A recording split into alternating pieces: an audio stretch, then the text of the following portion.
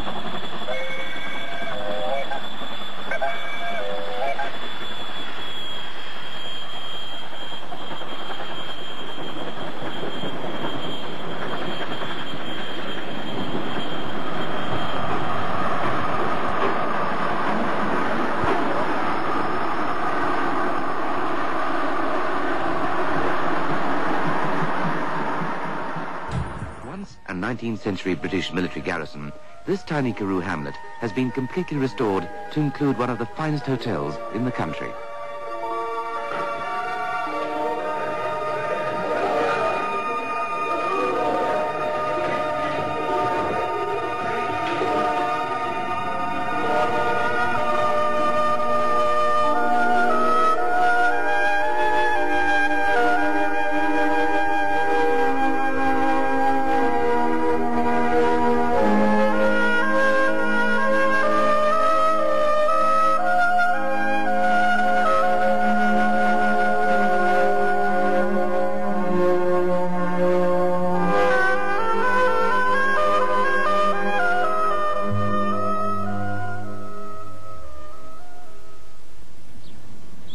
Matjiesfontein is another rather unlikely gracious place.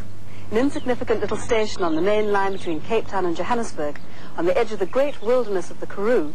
It started life, if that's what you can call it, as a corrugated iron shed beside the railway line. Yet Matjiesfontein was to attain an extraordinary fame, becoming renowned far beyond the borders of the Cape Colony and indeed of South Africa.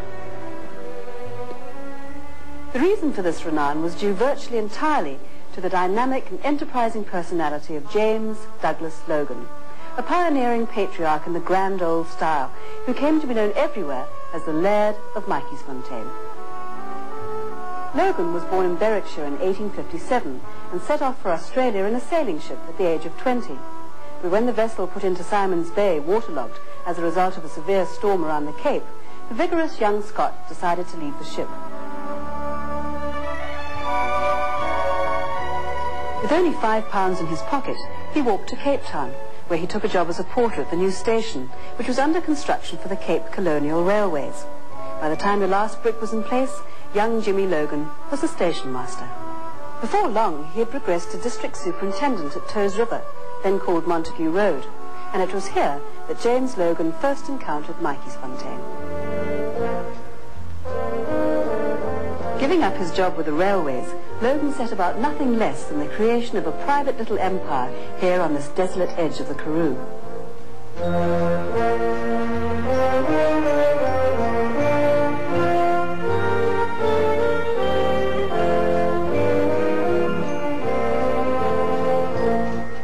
It was definitely the stuff of which legends are made. Gaining the refreshment room concession from the railways in 1884, he moved rapidly to making Matjiesfontein into a Victorian health and holiday resort, which would attract the wealthy and the famous.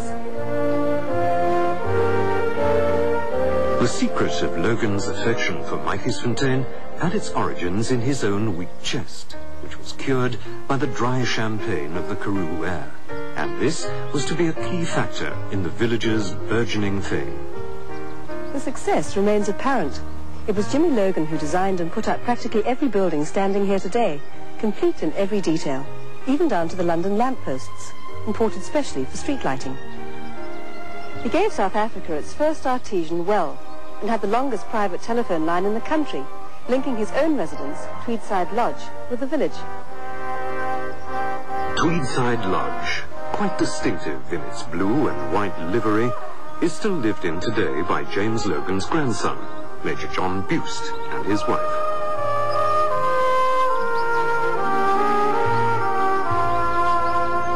Jimmy Logan's vision and business enterprise were exceptional. Within 10 years of leaving the railways, he had acquired 100,000 acres of farmland in the district. The farm is still visible from the National Road, its entrances characterized by no less than 3 unusual and elaborate wrought iron gates. Once again, the plasterwork is painted in that distinctive blue and white.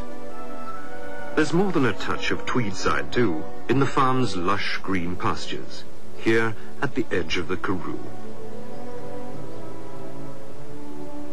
During the 1890s, a stream of celebrated personages visited Matjiesfontein.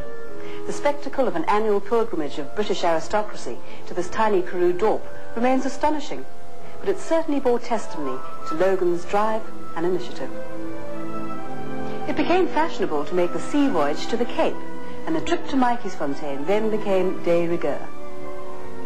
Lord Randolph Churchill was here in 1891, which was apparently a good year for felt flowers.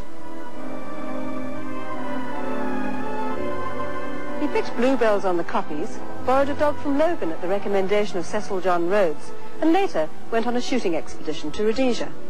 Some years later, his son Winston was also a visitor, in between writing pulse-pounding dispatches for the Morning Post and escaping from the Boers. No one knows what brought the young Sultan of Zanzibar to Matjiesfontein, but visit it he did, along with a formidable fistful of titled gentlemen, such as the Duke of Hamilton, and even a British admiral, Admiral Rawson, who gave his name to Rawsonville. Olive Schreiner, famed author of The Story of an African Farm, can only be described as a Matjiesfontein regular. She rented this little cottage next to the post office and took her meals at Logan's railway refreshment room. It was from here that she posted her long letters to Havelock Ellis and looked forward to his replies as she walked alone on the veldt at dawn, feeling that wild exhilaration as the sun rose. Here in 1890, Cecil John Rhodes broke a train journey to Kimberley so that he could dine with her. Undoubtedly, Olive Schreiner loved the place. The cottage was simply called home. During one of her absences, she wrote to Logan, "I shall be very glad to get back to dear old Matjiesfontein." Matjiesfontein's most crowded months came during the Anglo-Boer War, when it was a vast remount camp and headquarters for the Cape Command, with some 12,000 troops and 20,000 horses encamped in the vicinity. The Coldstream Guards, the 17th Lancers, and the Middlesex Regiments, amongst others, came to know Matjiesfontein perhaps a little too well.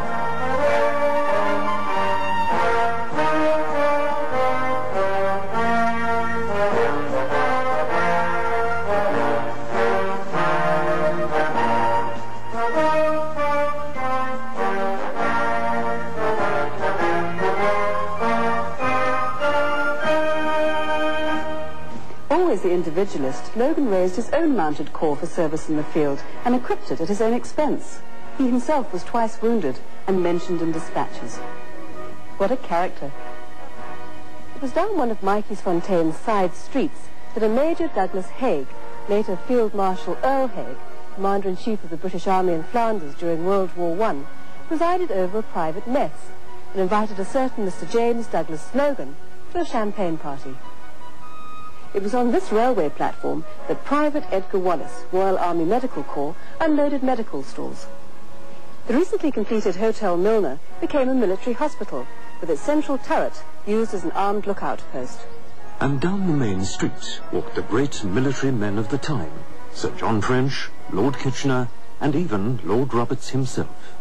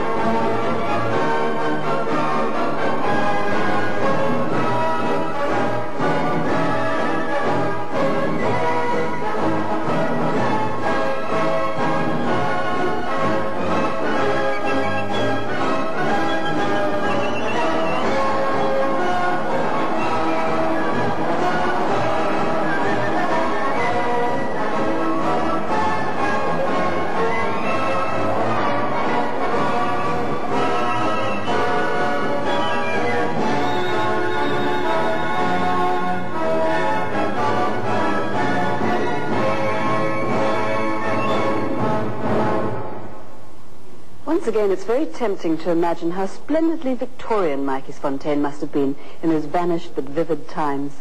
The regimental officers relaxing after their repast with cigars and a fine vintage port.